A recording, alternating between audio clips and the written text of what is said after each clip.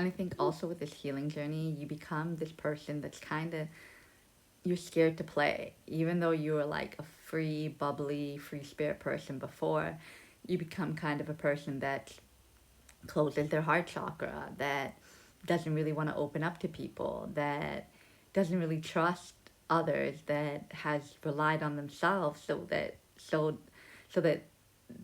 that you become this person that can only rely on yourself and can only trust yourself because you healed yourself on your own. So you're like, ugh, like, is the outside world really worth it? Like, or is it staying in this bubble? It's like one hand you want community, but then the other hand, what is that community going to entail? So it's like this thing of like constantly conquering your fears and seeing what is fear based. And we all have to play, right? Like we can't we can't stay rigid and not find the joys in life and just be focused on learning, growing.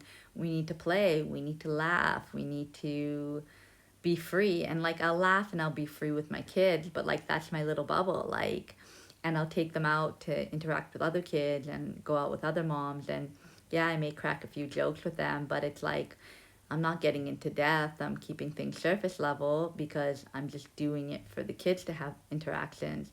I'm not really looking for something in depth from them to open up and be vulnerable, because I already feel off the bat that that's not this connection is meant to be. It's just people that I'm supposed to be around to allow the kids to have fun. So it's like you become this like person like that online. You see that there's lots of people who are free spirited, that think like you, and that are open and honest. So you know that these people exist. But then in person, you're like, they're so like, you see people online, but it's only a dozen of people, maybe 30, maybe 100 at most, that think in the same mindset, or that kind of like your personality, or whatever it may be, right? So you know that they exist all over the world, but they're rare. Like, that's such a small percentage of people.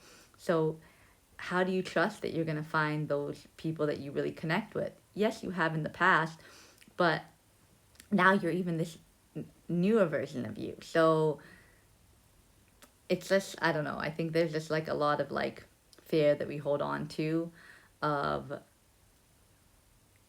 I think it's just like our soul tribe, right? Like when we open up and we be vulnerable in relationship, in friendships, and we give ourselves the potential to get hurt.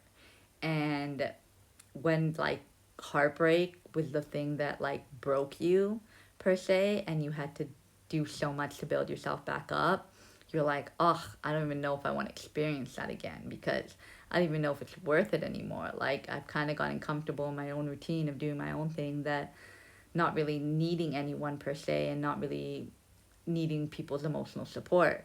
So, and I used to place love on such a high pedestal, being like, I want to find my true love. I want to find my divine counterpart. I want to conquer the world together. And to a degree, I still want that, but I don't want that if it's going to lead to heartbreak, right? Like, I don't want something that's temporary. I want something that I'm building something with, but I want to take my time with it and build a friendship, and really, really get to know each other on a deeper level, not go from 0 to 100.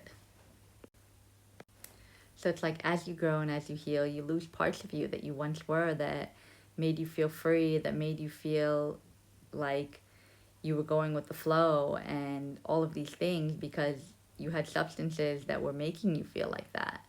But when you go on the sober journey, you really hold your cards close to your heart, and it takes a lot for someone to open up those cards and see what you've been dealt, right? You don't just allow anyone in anymore. And that's not necessarily a bad thing. It is something that you're like, friendships, relationships, family dynamics, everything, you just don't share anymore. You're just not vulnerable in that sense. Whereas before, you were vulnerable because you wanted other people to be vulnerable too. So you knew that if you wanted other people to be vulnerable, then you need to be vulnerable as well, or else they wouldn't feel safe to be vulnerable. So you always made your energy a safe space for people to open up, right? But yeah, life is just a journey, and it's a process, and day by day you're gonna feel different things, and different emotions are gonna come up. Some days you're gonna feel heavy, some days you're gonna feel lighter, but the trick is just don't give up. Don't give up on yourself. Don't give up on the creator. Don't give up on the path that you're on, because if you're getting these intuitive hits of what to do, then that big decision that you're contemplating, that you're not sure whether to leave a relationship, move, leave a job, whatever, just take your time and the clarity will come. Just don't make it from an emotional place where you're like, you feel like you have to make that decision. Make it from a place where you feel calm and serene and be like, this is not working for me. I need to leave. Because it's like when you just make it from an impulsive emotional decision, that's what makes you go back and forth and be indecisive, because you didn't think it through and really decide that this was the best decision for you.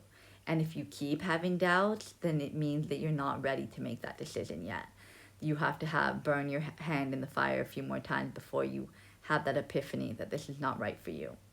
So, yeah, like trust your intuition, let the clarity come, and that's what I'm trying to trust. Like, the clarity hasn't come for me, and that's what's making me more irritated and frustrated, because I don't like being in this state of limbo. But again, that's part of the process, because I have to work on my impatience. And if um, this is a test to see, are you going to be patient? Are you just going to rush and make a decision because you feel overwhelmed, right? So everything your everything in your life, if it's repeating, pay attention to it, because they're probably lessons that you haven't overcome, and that's something we can't avoid. Those things happening, we can only choose to react differently, and when we react differently, they'll stop sending that same lesson, and they say, okay, level up, you're ready to go to the next level. So really pay attention to that stuff, and you'll be okay. We all learn this together, and we just need to raise our frequency and get everybody on the same page by raising our frequency.